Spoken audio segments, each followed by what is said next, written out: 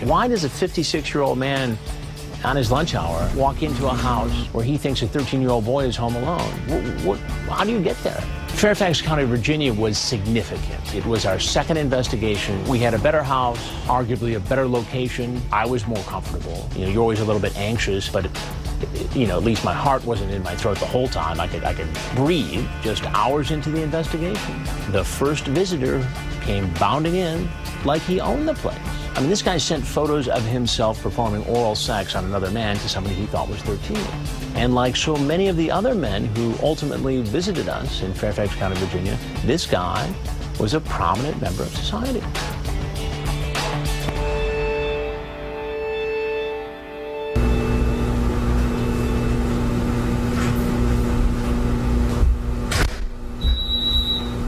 Hello? Hi.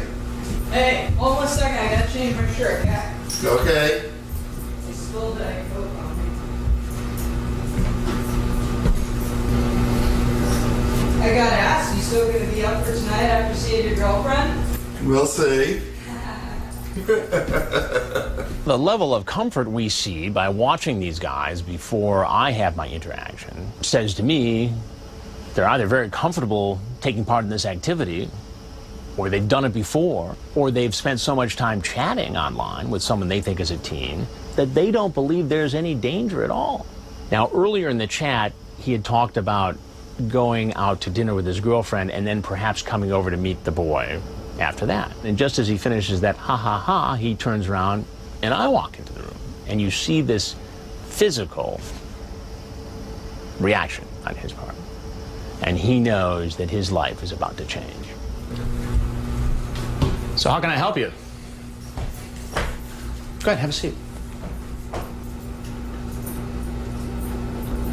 I suggest you sit down and take your hands out of your pockets, please.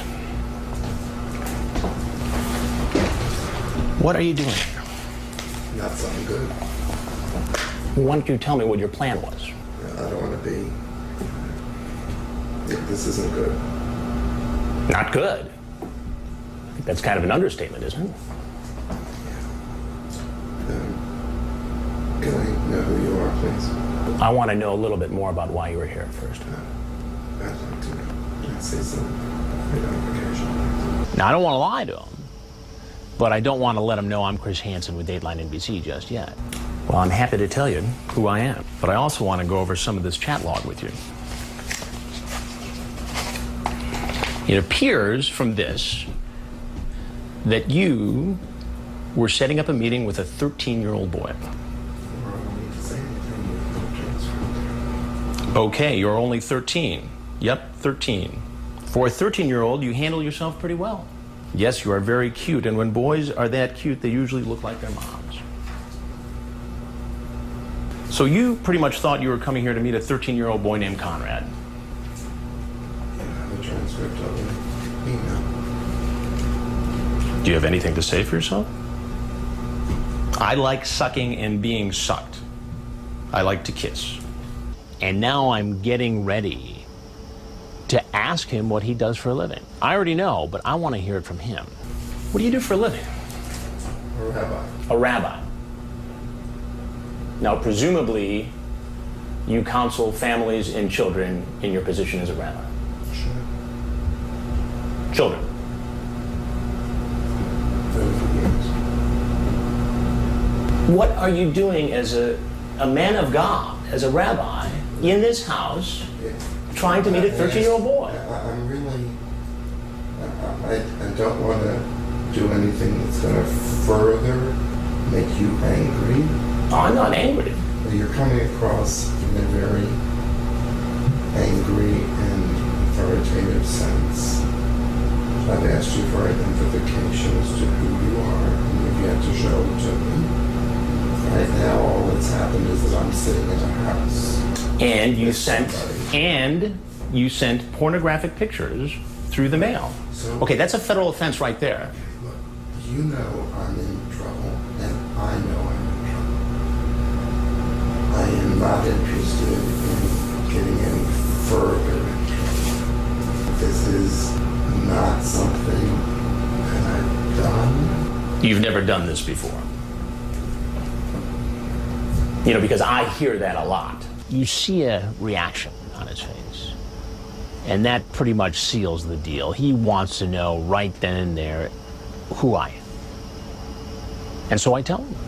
I don't understand why I can't ask somebody else. I'm more than happy to tell you who I am. I am Chris Hansen with Dateline NBC, and we're doing a story on computer predators. Oh, no. Come on, You don't want to touch anybody. You don't want to.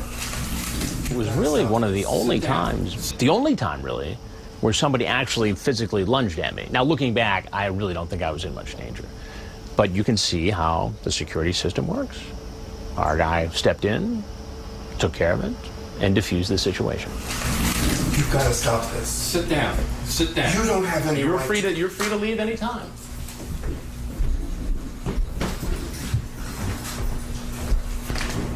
We got phone calls from him for months, and he was downright mean. He blamed us for his situation, and we offered him the chance to do an interview.